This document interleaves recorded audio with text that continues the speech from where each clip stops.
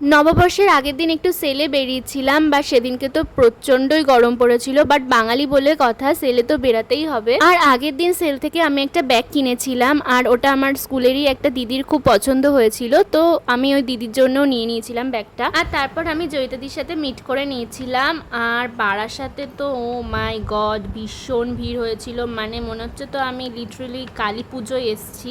মানে গাইস, কোন দোকানে ছেড়ে কোন দোকানে যাব সেটাই বুঝতে পারছিলাম না। আর এত গরমে যাচ্ছে তো মনে হচ্ছিলো আমি আলু সেদ্ধ হয়ে যাব। তো তারপর কয়েকটা জিনিস কেনাকাটা করে ভাবলাম যে চলো একটুখানি এসি থেকে হাওয়াই খেয়ে আসি। তো তারপর আমরা ডিসাইড করলাম চলো শ্রীলেদার্স থেকে ঘুরে আসা যাক, হাওয়াটাও খাওয়া হবে আর জুতোও কেনা হবে। ডেলি ওয়্যারের জন্য একটা জুতো দরকার ছিল, আর জুতো দেখতে দেখতে আমি আমার জুতোটাও পেয়ে গেছিলাম এখানে শ্রীলেদার্সে। তো তারপর মিরর সেলফি একটুখানি তুলে নিলাম। এখানে একটা কাকুও চলে এসেছিলো আমার ভিডিও করা দেখে। আর তারপর জুতো টুতো কেনাকাটার পর আমরা চলে গেছিলাম চারকোণে একটু পেট পুজো করতে।